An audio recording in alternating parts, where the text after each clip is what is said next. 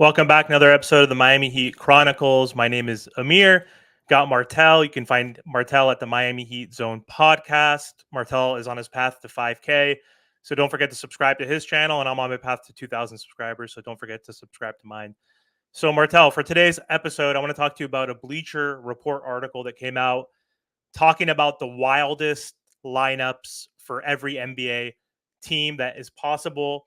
And the lineup they suggested was interesting. So I'll give you the lineup that Bleacher Report stated for the Miami Heat, which would be interesting and wild. And let me know if you think that's your lineup, but I want to hear what would be like your most kind of like crazy, kind of off the wall, interesting lineup for the Miami Heat next season, starting lineup. So the lineup they have is Jimmy, Hawkes, Jovic, Bam, and Kalel Ware. What are your thoughts on that starting lineup? And is that the lineup you would go with, or do you have something a little bit different? Nah, the only thing I would put Jaime off the bench, I just think that we really need somebody to come off the bench. I know a lot of people are going to say, well, that's what Tyler's here for. I just really don't think that Tyler Hero is going to come off the bench. Me personally, the only change that I think that they should really do is start Khalil Ware. I mean, what is it really going to hurt? I mean, I think that we should throw him into the fire. I mean, as long as his bodies can handle the season in terms of from right now all the way up until the end of preseason, he's going to be lifting, he's going to be doing conditioning. I think he'll be somewhat ready. Will he be 110% ready? No. I mean, is Jovic that much better than Khalil Ware right now? I don't really think so. Does he have the experience? Yes. All I'm saying is I think that we should change it up. This Miami Heat team, we've been running it back and running it back and running it back for all these years. I think that we should change it up by putting in someone like Khalil Ware, start the season off like that, and also too, it comes down to what does Bam Adebayo want? Does he want somebody like Jovic next to him, a 3-point forward that can spread the floor, that's good in transition, or does he really want a shot blocking big so that he can kind of, just take it easy sometimes on defense and not have to do everything, set screens, catch lobs, play defense, block shots, just do everything. So I definitely think that Jaime Hawkins Jr., he's not starting. I just think that Khalil Ware should definitely start.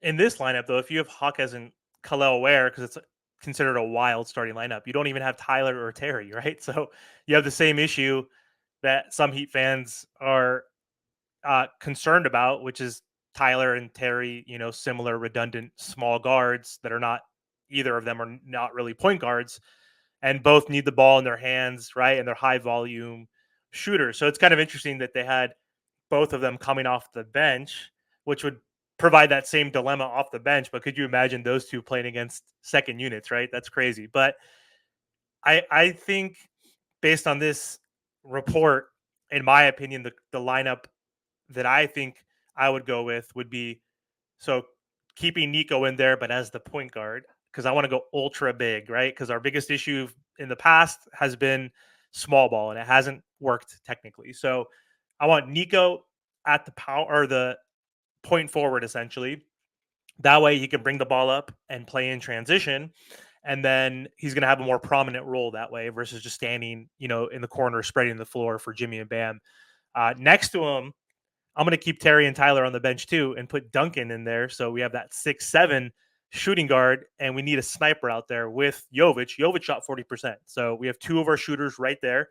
Then defense is the liability, right? So that's why you have Jimmy, Bam, and I'll keep Kalel in there. That would be the most wild lineup. The smallest guy would be 6'7" Duncan and 6'7" Jimmy, right? So you would have Kalel at 7.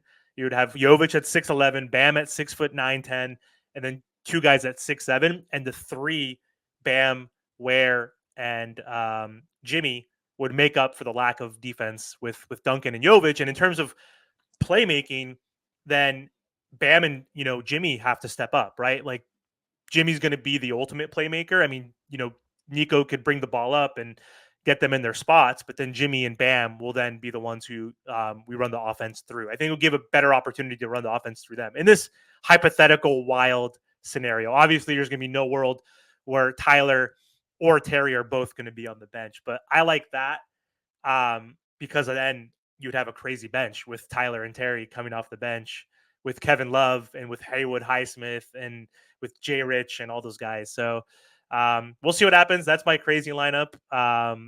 What do you think the actual real lineup is going to be though in day one? Do you think it's going to be the what we saw last year, the traditional one, or do you Probably. think it's going to be mixed up a little? It's going to be Terry, Tyler, Jimmy, Bam, Jovic. All I'm saying is we have to look at Khalil Ware. There's no way that we have a 7-footer like that with his skill set. And like I said, Jovic, remember, you got to always listen to what players say. He doesn't even like to be the quote unquote big. But then at the same time, I mean, I know he's a good passer, but do you think that he has enough handles to be even a point guard like that? I don't know. Can he? I mean, now is he going to guard the point guards? No. All I'm saying is that Spo has to figure this out. We have Tyler, Terry, Jimmy, and Bam. There's absolutely no reason why we cannot be successful. There's no reason why we can't be competitive. We're paying all these guys more than 20 million plus. Something has to give. All I'm saying is we should look at Khalil Ware because Bam Adebayo, he said it himself. He doesn't want to play the center. And not that he won't have moments at the center, but he wants to be able to shoot threes. He wants to at least be able to not just do everything on the court, rebound, block shots, set screens. He's doing everything. And when he's not on the floor, this team is terrible. That might be the issue though, is if him and Ware are starting together at one point, then when they go for they have to stagger it. You know, they can't play fully together. Like Ware would have to come out a little bit early, I would say, so that he can give Bam that spell. Because imagine Khalil and Bam on the court together, then coming in is Thomas Bryant and Kevin Love. Like they're going to get cooked defensively, No, right? you just stagger. One will stay a little bit longer out on the floor, and then one will sit, and then they'll switch.